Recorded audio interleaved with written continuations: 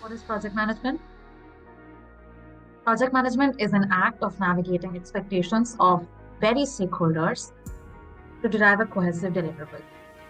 And it composes of three components: efforts, expectations, and expenses. And when it's a construction project, expenses can be quantified through five M's: manpower, materials, machines, minutes, and money. These five M's are quantifiable assets, and they are invested along with the sixth M, the non-quantifiable one, motivation, which actually refers to the efforts and expectation component of project. So if you see motivation as the push forward to realize a project, I think project's impacts, negative ones, can act as a pushback. Like the number on a currency note determines the value of that piece of paper, the metric on a quality plan should determine the value of that project. Why should only the money invested or the man hours spent be the metric to define the value of a project? Should overall quality of the project not determine the value? So next time when you see a billboard that says $5,000 billion investment into highway restoration project across the country, you should ask, what is the percentage of people benefited through this project? Have any ecologically sensitive areas been disturbed? Does the project align with the long-term sustainability goals of the region or the community? Did the project contribute to any local economic upgrade or even raise the land value rates or create jobs for the people in the context? These are all soft returns on hard investments. So it's no, would it be right to call it a $5,000 billion highway restoration project? Really? $5,000 billion is the worth of that investment? That's exactly what our industry leaders are going to speak in Breaking Barriers series of Quality is Currency. Stay tuned and dive right in. Ladies and gentlemen, it is my honor to introduce our distinguished guest, Mr. Christopher Harman, the Digital Delivery and Innovation Director at WSP. With an illustrious career, Mr. Harman spearheads the implementation of WSP's digital delivery offering, showcasing his leadership in elevating existing services and introducing innovative approaches, including connected data environments and digital twins. His expertise spans the entire project lifecycle, from planning and design to construction and asset management, and he's the driving force behind exploration in the essence of quality and impact in digital landscape. I would love to welcome him and dive right into the questions that I have for him. Thank you so much. Glad to be here. I am so sorry about that introduction. You had to read that whole thing. Let's just dive right in. I remember discussing about the question, what if it costs 10x more to build and 5x more to operate a new pipeline or roadway, but it doesn't impact the quality or, dare I say, even improve the quality of life or disadvantaged and minority communities? So I want to ask you, what does overall project quality mean to you beyond the common notion of, say, material or construction quality? It would be great if you can talk about any project that impacted you to think in this direction. Yeah, I think the idea or the concept first came to me, and I'm going to butcher this. I should have looked it up, but there was a highway project in England, and it was going near Stonehenge, right? And they had decided to build it. I think there was an option to tunnel it or something, or so that you wouldn't see it in the background. It was like natural beauty, this fantastic thing. And they had decided that it was cost prohibitive, time prohibitive to do it that way, and they were just going to, tear up the landscape around Stonehenge for a road. And it went all the way to whatever His Majesty's Supreme Court is called. So anyone listening to this from the UK, I apologize, and the first ruling on it was that they did not account for, at least they did not adequately account for the cost or impact to the environment and to the heritage site. And it was the first time I thought about, wow, that the days of just designing for cost and doing a few iterations are over in a sense, because I think that there has been for a while, maybe forever really, an understanding that there's more we should look out for. But our industry isn't built that way. We typically only look at those things. So that's what first sparked it in my mind. And I think this idea about looking at more things and understanding their impact, your project's impact beyond just the immediate construction and maybe operation of it. Like, how are you impacting the whole society? I think is where I started thinking about it. And can we do something? what's the Webster's Dictionary for quality? Or I'm just gonna Google. That was the first thing I did when I Mhm. was researching the topic, and I think I misled a lot of people along the way. Wow, it says the standard of something is measured against other things of similar kind, the degree of excellence of something. You know, there's a bunch more, I'm sure, Well, but I that's think an interesting that's first one, you know? yeah, but that's still a very broader definition for quality as compared to what quality is perceived as, specifically in construction industry. I'll tell you, and I'm going to try to link this together with several things, so you know, just bear with me. But I do think that the concept of criteria or parameter-based design is going to be more and more important.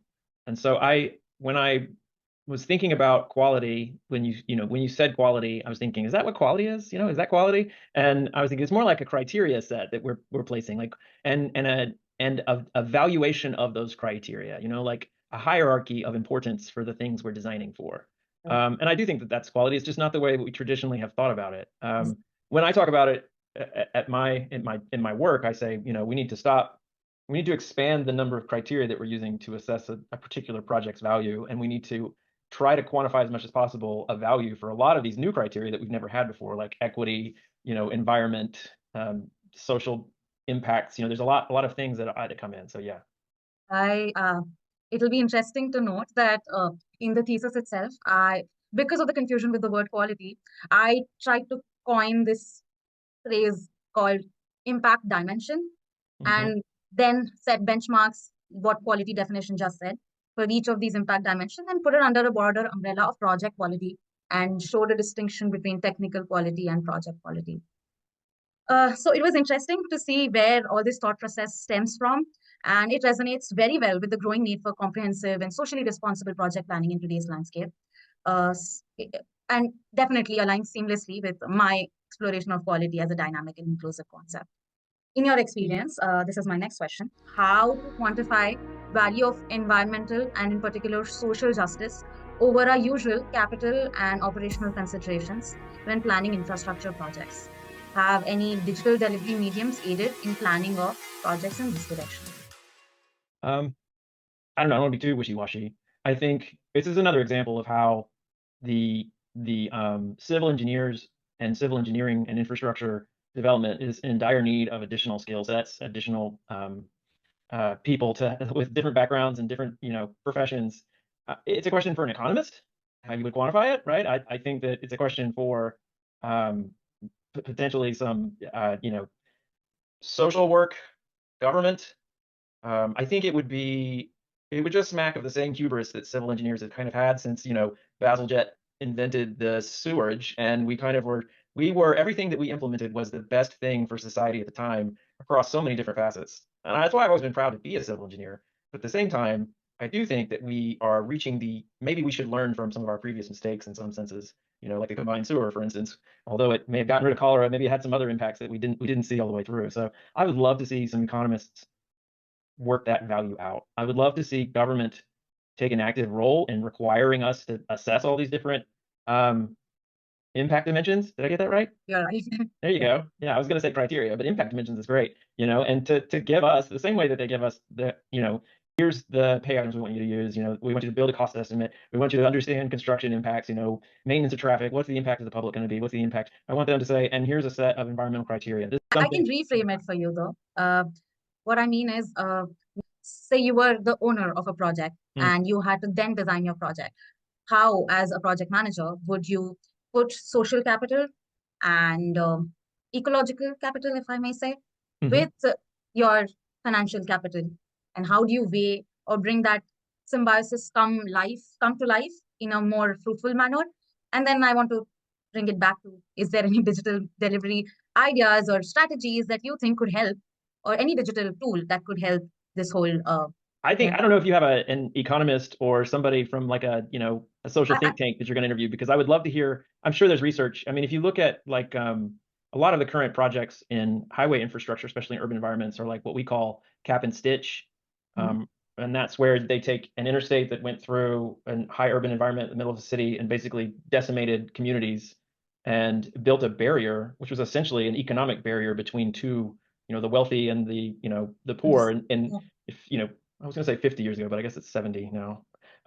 So, we're trying to fix that. We're trying to cover it up. We're trying to connect these. as for the tools, this is something that I can speak to. We've developed some tools which are like criteria-based planning tools, and there are some in the commercial off-the-shelf options out there. And what they do is they use machine learning to generate options. I want to know it, optimize for depth, or optimize for construction cost, or optimize for impact to the environment. And as long as it knows where the environmentally important areas are, or whatever other social areas, or however, like looking at different community types and stuff like that, then it could give you different route options. Maybe one is incredibly long, maybe one is short and cheap, but does that. And I think the advent of machine learning, artificial intelligence, I hate to say it, but we have to now all the time, is going to make this possible. Because in the previous example we were talking about, you got 2 or 3 months to do something. Well, we just cannot iterate for a million things if we're using pen and paper. But now we have the tools, and I don't think that these incredible tools are going to take the job of a civil engineer. I think they're going to give us the ability to do more, to actually check all of these different things. But when I say parameters, understanding the depth of a pipe or the width of a roadway for a given transportation model is very easy to do for a civil engineer. Understanding, wetland mitigation and, the impacts to the environment and what the long-term value of, doing this is, that's a little bit more difficult. And although we could probably quantify the amount, someone would need to provide us with, well, for this area and this project, this is how I want you to use, this is how I want you to quantify that particular impact. So I understand the tools that you're talking about, and I completely agree with you on that, giving us more scope to work on than any architect, project manager, or even civil engineer, than take away jobs. I did actually work with a graduate student studying in economics, School of Arts, I think, in Columbia University, to actually design a framework that put some weights on each of these impact dimensions based on the priority, need, and identified criteria. So that, and then there's a whole code that she can run that gives you a total value that ranges from -1 to +1 of your project plan. So when you design your project plan and you make some criteria that you want to work on, there is a small framework that I have started as an introduction concept to work on. And I'm glad that the missing gaps that you identify, or even she did, and many others do, can start being worked on, probably in that direction, or any other way that can work out. But I will really appreciate when information or resources on leveraging the digital delivery ideas or digital ideas or tools become more handy. And like you said, to all civil engineers or architects or people on field. And that will definitely take the step forward for everyone. The ease and access is the first step to starting to plan on things like this. So I will bring it down to the last question, which is the summary of what we discussed. On a scale of 1 to 10, 10 being the highest or most important, how urgent would you say is the need to quantify or identify quality as a currency in project planning? Geez, this is a tricky one to answer. Because I don't want to give you two answers, but I mean, it's incredibly high, right? I think we need to completely change the way we think about project planning. I also think the planning process in general feels a little broken. I feel like we have just an urgent need for infrastructure and an almost impossible like route to getting these projects started. And so I do not want more red tape. I think in some ways being able to demonstrate that all aspects of a particular project have been assessed, and I think there's a lot of digital tools that could do that, should make public adoption easier. It should make permitting easier, right? We should be able to kind of get ourselves out of the hole we've dug. But the reason that I was a little hesitant in the beginning is because I was thinking, oh God, like it's already hard enough to get anything done. Like, are we really going to try to make it even more complicated? When so I haven't given a great answer, but that's basically where my mind has gone. Like you said, there's the most need to upgrade infrastructure and the highest need right now. So this gives us the greatest opportunity to start utilizing this ideology, taking it forward. I mean, civil engineering in its heyday, in its origins, again in the UK, I mean, the bell that rung at Parliament that said that it was time for a vote also rang in the institution of civil engineers. I mean, they spent a lot of time involved in public policy, changing the shape of the world. And I want us, as we move into the next phase of infrastructure redevelopment, and we are spending right now, there's more investment in infrastructure than there has been in 100 years, 70 years. Like it is a massive change right now. So moving to that, I feel like we can't do it the same way that we've always done it. And that's why I'm passionate. That's why I said 10, because I do believe that we should be thinking about more. I'm glad it's not me that has to do that. But No, I think you brought it to a great conclusion. And as I conclude our conversation, I really want to thank you, not just for being a part of this interview, but also giving me the base to start with. I remember asking you, what do I do for my thesis? And think about this. It really came a long way, and thank you so much. Absolute pleasure. Absolutely. Never change. Never change. Keep after it.